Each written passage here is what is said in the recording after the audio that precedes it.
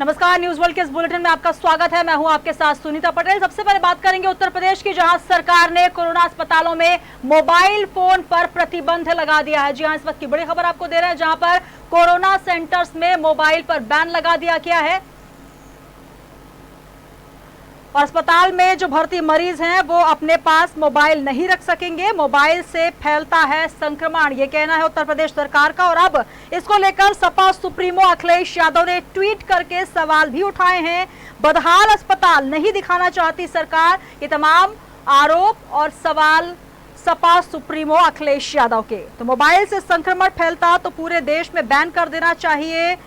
Mobiles को, ये कहना है सपा सुप्रीमो अखिलेश यादव का। साथ ही उनका ये भी आरोप कि उत्तर प्रदेश के बदहाल अस्पतालों के हाल नहीं दिखाना चाहती सरकार, यही वजह है कि कोरोना अस्पतालों में मोबाइल को प्रतिबंधित किया जा रहा है।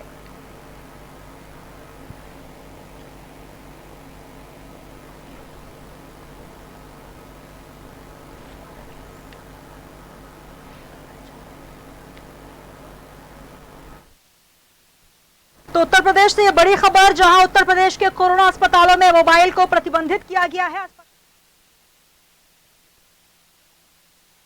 सकेंगे, सरकार का ये कहना है कि अस्पतालों में मोबाइल के उपयोग से संक्रमण फैलता है और यही वजह है कि अब सरकार इसे प्रतिबंधित करना चाहती है।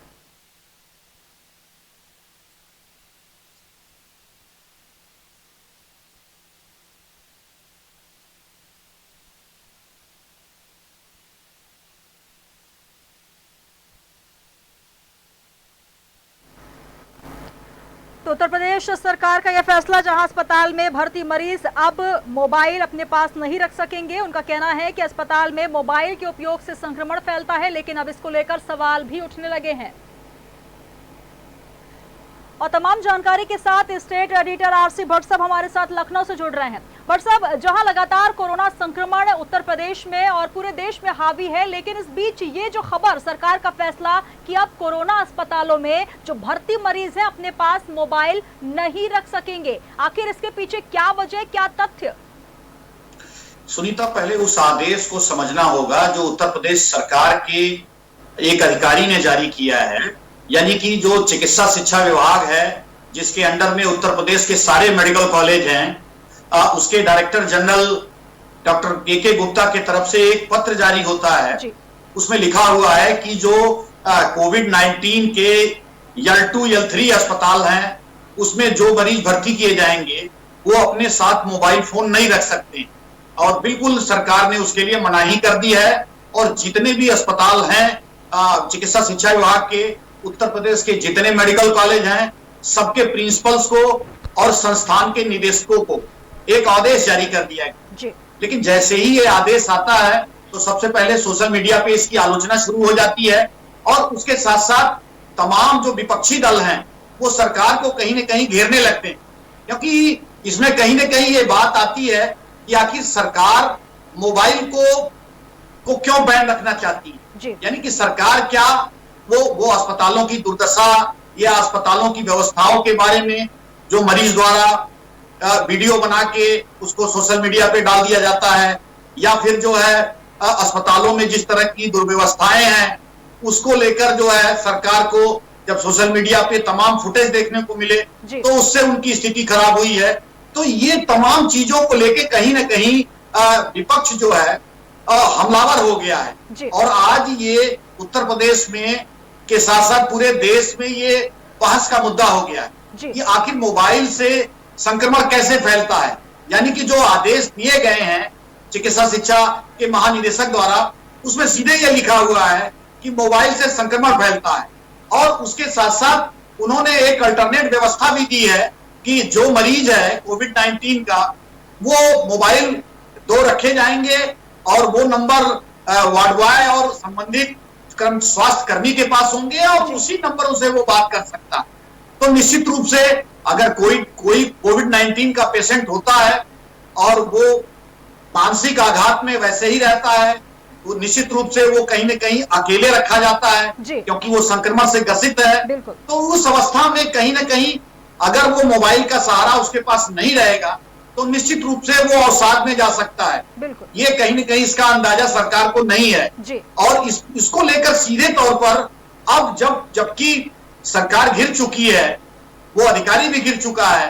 तो अब ये लगातार विपक्ष जिस तरह से हमले कर रहा है, यानी अखिलेश यादव ने जिस तरह से ट्वीट किया है कि सरकार कहीं न कहीं अस्पतालों की दुर्दशा छुपाना चाहती है, तो ये एक बड़ा सवाल है। तो निश्चित रूप से अब देखना यह है कि सरकार जो चौतरफा ये मोबाइल के रोक में कोविड-19 के अस्पतालों में मरीज के साथ जो उन्होंने आदेश किया है, उसको लेकर जो है अब उनका अगला कदम क्या? बिल्कुल, अगला कदम क्या होगा ये एक बड़ा सवाल है, और जिस तरीके से आप भी जिक्र कर रहे हैं, और बहुत बड़ी वजह है कि अगर आप किसी मरीज को 14 दिन के लिए क्वारंटीन करते हैं, एक लंबे समय तक वो अपने घर से, परिवार से दूर रहता है, तो कोई ना कोई साधन उसके पास ऐसा होना चाहिए जिससे वो अपने आप को कहीं ना कहीं पॉजिटिव रख पाए। लेकिन अगर मोबाइल भी ले लिया जाएगा तो कहीं ना कहीं अवसाद में जाने की स्थिति बन सकती है, और सवाल भी ये वाजिब है कि आखिर किस तरीके से मोबाइल से संक्रमण फैलता है। अगर ये वजह होती तो सरकार की गाइडलाइन में, केंद्र सरकार और तमाम राज्यों की गाइडलाइन में ये पहले ही निर्देश दे दिया जाता कि मोबाइल से संक्रमण फैलता है, या स्वास्थ्य विभाग के द्वारा ये पहले सतर्क किया जाता। लेकिन जो वजह है वो कहीं ना कहीं सवालों को जन्म देने वाली है, और यही वजह है कि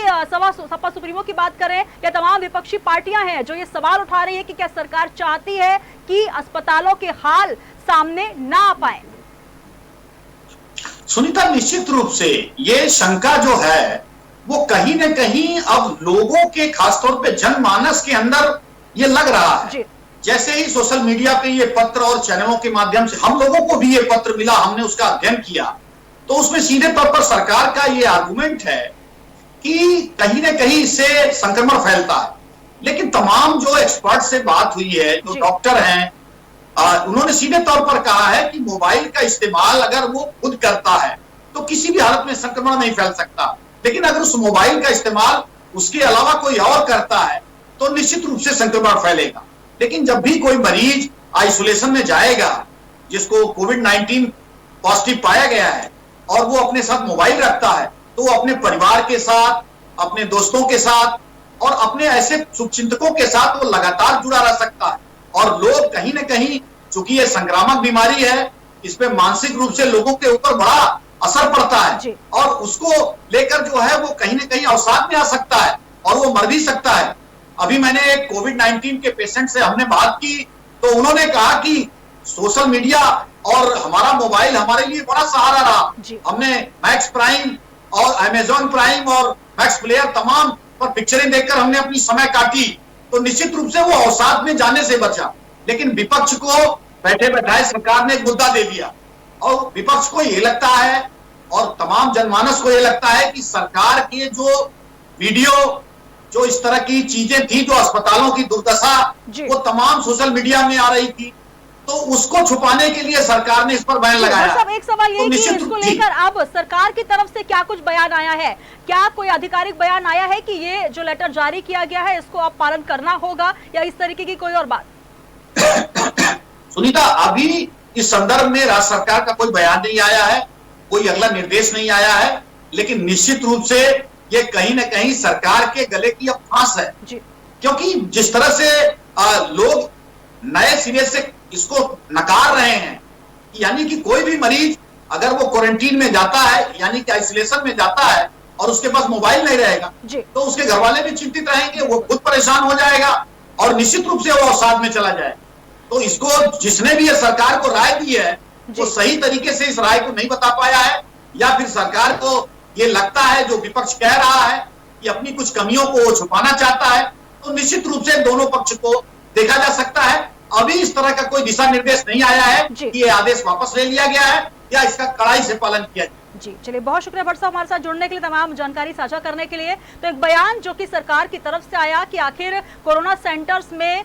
मोबाइल जो है उनको प्रतिबंधित किया जाए, लेकिन इसे लेकर अब विपक्ष हमलावर हो गया है, सरकार को घेरने की तैयारी में कि आखिर ऐसी कौन सी वजह है कि सरकार कोरोना सेंटर्स में, कोरोना अस्पतालों में जो भर्ती मरीज हैं उनको मोबाइल के उपयोग पर प्रतिबंध लगा रही है। क्या सरकार ये नहीं चाहती कि कोरोना सेंटर्स की हकीकत क्या है ये सामने आ पाए? तमाम सवाल है जिसे लेकर अभी तक कोई आधिकारिक बयान सरकार की तरफ से नहीं आया।